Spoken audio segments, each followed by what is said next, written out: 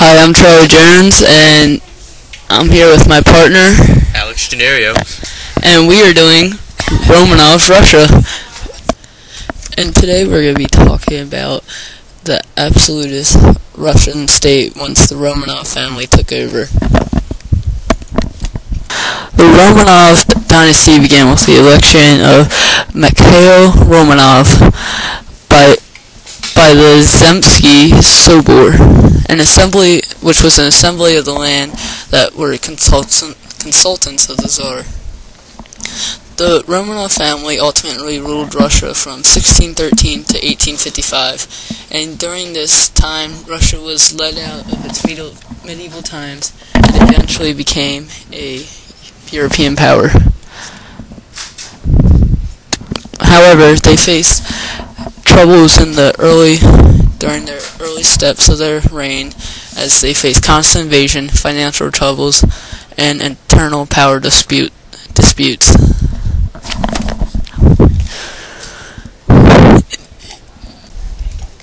While Mikhail was ruling, his father was actually really the one ruling because he was ruling from behind the lines through his influence over his son. And when Mikhail finally died, his son Alexis took power. He was overly influenced by his boyar advisors who focused on themselves rather than the good of the country. And because of this, many revolts resulted. As Minnesota State University puts it, quote, peasant uprisings and Cossack revolts were common. Revolts occurred in 1648, 1662, and 1670 to 1671. The revolt from 1670 to 1671 is the most famous. It was led by Don Cossack named Stenkin Razin, who became a hero for the common people. He was eventually executed. However, while the Cossacks rebelled, they also helped Russia by leading the way in expansion into Siberia. The first Tsar of Russia was eventually Ivan the Terrible. He, like his name indicates, he was very angry. He had much anger problems, and he had a son, Ivan V, who would contend with Peter the Great to become the next Tsar. In the late 17th century, Russia was ruled by both Peter the Great and Ivan V. So when Ivan V eventually died, Peter had the throne completely to himself to impose his reforms. And he was most famous for pulling Russia out of medieval times and making it a nation to be reckoned with. And by his death, Russia was one of the leading Eastern European nations. Peter the Great was the first Russian ruler to travel outside of Europe. While he was outside of Europe, he viewed European clothing, traditions, and most importantly, naval warfare.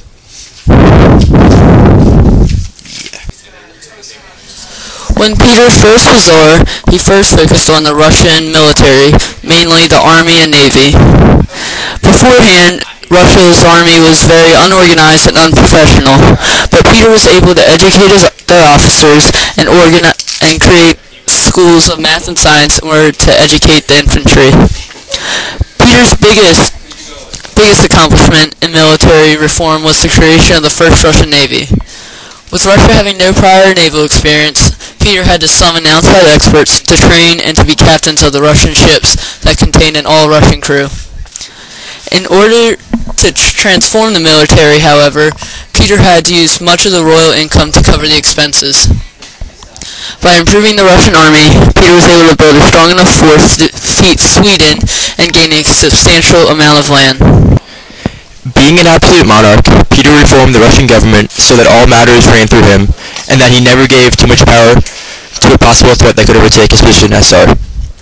First off, Peter delegated much power to local governments by allowing them to elect their own leaders. Peter also allowed for the increase of power in local governments, as he knew they could not overthrow him, and at the same time, these reforms took away from the power of provincial leaders. Knowing that he could not oversee his vast empire by himself, Peter broke down his territories into guberniyas, or provinces. He then further divided these guberniyas into smaller provincia, which were also subdivided into uzdez. Peter did all of this division in order to guarantee that no single person had too much power besides himself. Each of the gubernia were governed by a gubernator that reported directly to Peter.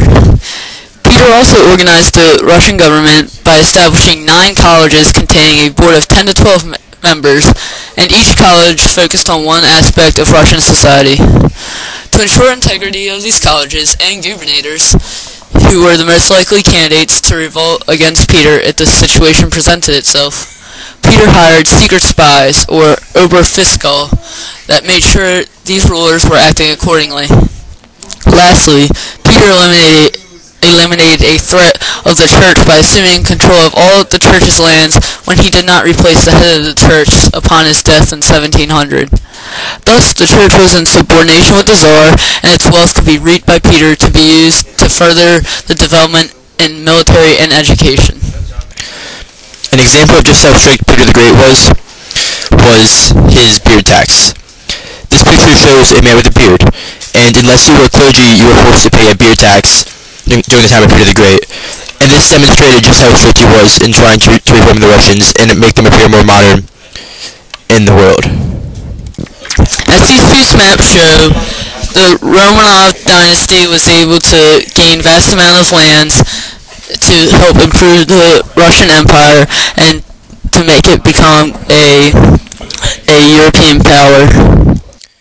We hope you enjoyed our presentation. Have a great day.